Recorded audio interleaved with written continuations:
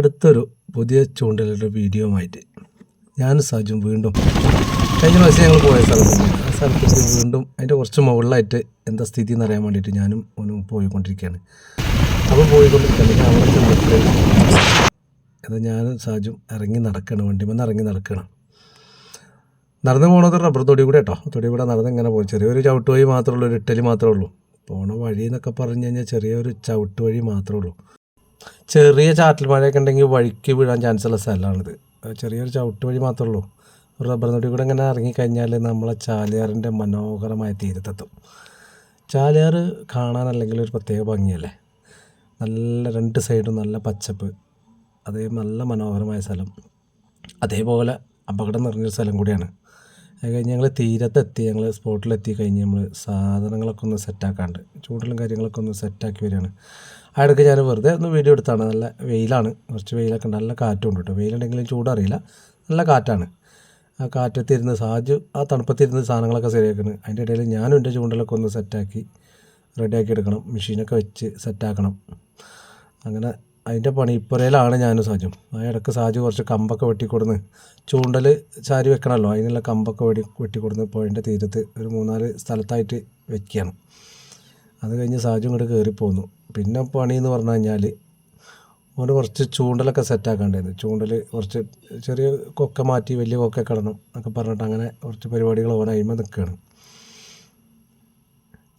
അത് കഴിഞ്ഞിട്ടാണ് ഞങ്ങൾ തീറ്റ കുഴക്കാനൊക്കെ നിന്ന്. സാജു അല്ല എന്തൊക്കെയോ സാധനങ്ങളൊക്കെ കൂട്ടി ഉണ്ടാക്കിയിട്ട് തീറ്റ കുഴക്കുകയാണ്. ഓൻ്റെ സ്പെഷ്യൽ തീറ്റ ചെയ്യണം പോലെ എന്നൊക്കെ പറഞ്ഞു ഓൻ തീറ്റ കുഴക്കുന്നുണ്ട്. ഇനിയിപ്പോൾ എന്തായാലും തീറ്റയൊക്കെ കുഴച്ച് മീനൊക്കെ കിട്ടിയാൽ മതി. തീറ്റയൊക്കെ നല്ല വൃത്തിക്ക് മെനക്കൊക്കെ കുഴക്കുന്നുണ്ട്. നടക്കട്ടെ, ഏതായാലും മീൻ കിട്ടുമെന്ന് നോക്കുക. പിന്നെ ചൂണ്ടലിടാൻ തന്നെ പോണത് ഒരു പ്രതീക്ഷയാണല്ലോ. നമ്മൾ ചൂണ്ടലിടാൻ പുഴയ്ക്ക് പോണതിൻ്റെ മുന്നേ നമ്മൾ നല്ല പ്രതീക്ഷയിലാണ് പോവുക. കുന്നോളം പ്രതീക്ഷ കൊണ്ടാണ് നമ്മൾ പുഴൻ്റെ തീരത്തേക്ക് പോവുക.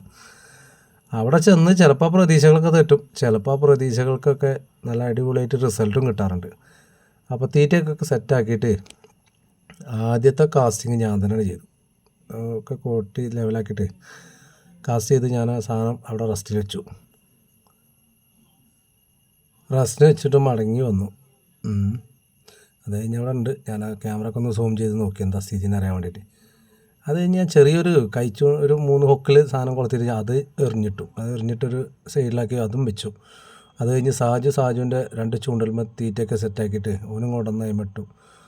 എന്നിട്ട് അത് റെസ്റ്റ് ചെയ്യാണ് അവിടെ. എന്തായാലും അടിക്കുന്നുള്ള പ്രതീക്ഷയിൽ ഞങ്ങൾ ഇരിക്കുകയാണ്.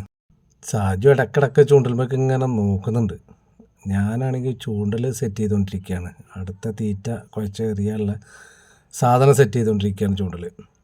സാജു ഇങ്ങനെ നോക്കുന്നുണ്ട്, ഇടക്കിടക്കായ്മൊക്കെ നോക്കുന്നുണ്ട് വല്ല അടിയും വരുന്നുണ്ടോ. അങ്ങനെ സാധനങ്ങളൊക്കെ മാറ്റി വെച്ചപ്പോഴാണ് ഞങ്ങൾ തീറ്റയിൽ ഇടാനൊരു സാധനം മറന്നിരുന്നു. ഒരു പാക്കറ്റ് പൊടിയിൽ ഇടാണ്ടായിരുന്നു, അത് മറന്നിരുന്നു. അത് രണ്ടാമത് പൊട്ടിച്ച് അതിലേക്ക് ഇട്ടു. പിന്നെ കുറച്ച് മൈദമാവും കുറച്ച് ഇട്ട് കൊടുത്ത് സെറ്റാക്കിയിട്ട് ഇങ്ങനെ ഇരിക്കുകയാണ്. ചൂണ്ടൽ കുറച്ച് നേരമായി, ഒന്നും അടിയൊന്നും റിസൾട്ടൊന്നും വരുന്നില്ല. ഞങ്ങൾ കാത്തിരിക്കുകയാണ്. ആ കാത്തിരിപ്പിൻ്റെ ഇടയിൽ സാജു എന്ത് ചെയ്തേക്കാണ്, നമ്മൾ പറച്ചൂണ്ടലിടാൻ വേണ്ടിയിട്ടുള്ള ചൂണ്ടൽ സെറ്റാക്കിക്കൊണ്ടിരിക്കുകയാണ്. അവിടെ തന്നെ പുഴേൻ്റെ തീരത്ത് നല്ല പുയര കിട്ടും, മണ്ണിര. ആ മണ്ണിര കളച്ചിട്ട് അതിനെ കോർത്തിടാനുള്ള ചൂണ്ടൽ ഇങ്ങനെ സെറ്റാക്കിക്കൊണ്ടിരിക്കുകയാണ്. ആ ഇടയ്ക്ക് സാജുവിൻ്റെ ചൂണ്ടിൽ നന്നായിട്ടൊന്ന് അടിച്ചു. ഒരു ചെറിയ എന്തോ ഒരു സാധനം വന്ന് കയറിയിട്ടുണ്ട്. ഇതിനെ കരക്കടിപ്പിക്കാനുള്ള ശ്രമത്തിലാണ് സാജു. അതിപ്പോൾ ഏകദേശം അതാ കരയിലെത്തി. അത് ചുണ്ടനാണ് കേട്ടോ. നമ്മളെ ഭാഗത്ത് ചുണ്ടൻ എന്ന് പറയുന്ന മീനാണ്. പല ഭാഗത്തും പല പേരാണ്, പുല്ലെന്നൊക്കെ പറയും. അത് കഴിഞ്ഞിട്ട് എനിക്കൊരു ചുണ്ടനെ കിട്ടി. അത് വീഡിയോ എടുക്കാൻ പറ്റിയില്ല, അപ്പോൾ ഞാൻ അതിൻ്റെ ലാസ്റ്റ് പോർഷൻ മാത്രം ഇടാം. അത് കഴിഞ്ഞിട്ട് നമ്മളൊന്നും കൂടി എറിഞ്ഞിട്ടിട്ടുണ്ട്. ക്ലിയർ. സാജുവിന് നല്ലൊരു പൊട്ടൽ പൊട്ടിയിട്ടുണ്ട്. അത് എന്താ നോക്കട്ടെ, കയറി വന്നാലേ അറിയുള്ളൂ, കരയിലെത്തിയാലേ കാണുള്ളൂ. ഇതാ കയറിയിട്ടോ, കയറിയില്ല. എന്താണെന്നുള്ളത് നോക്കട്ടെ, ഇപ്പോൾ വരും. വെയിറ്റിംഗ് ആണ്. അത്യാവശ്യം നല്ല സൈസുള്ളൊരു ചുണ്ടനും കൂടിയാണ്. സാജു അടിപൊളിയായിട്ട് അതിനെ കരക്കടിപ്പിച്ചിട്ടുണ്ട്. അപ്പോൾ എന്തൊക്കെ പറഞ്ഞാലും ചൂണ്ടലിട്ട് അങ്ങനെ ഒരുപാട് സമയം അങ്ങോട്ട് പോയി, സമയം ഒരുപാട് കടന്നു പോയി. അപ്പോൾ നമ്മൾ ഇന്ന് അവിടുത്തെ ചൂണ്ടലിടൽ അവസാനിപ്പിച്ചിന്ന് പോരുകയാണ്. അപ്പോൾ നമുക്ക് എന്താ വെച്ചാൽ 1-2 മീനേ കിട്ടിയുള്ളൂ.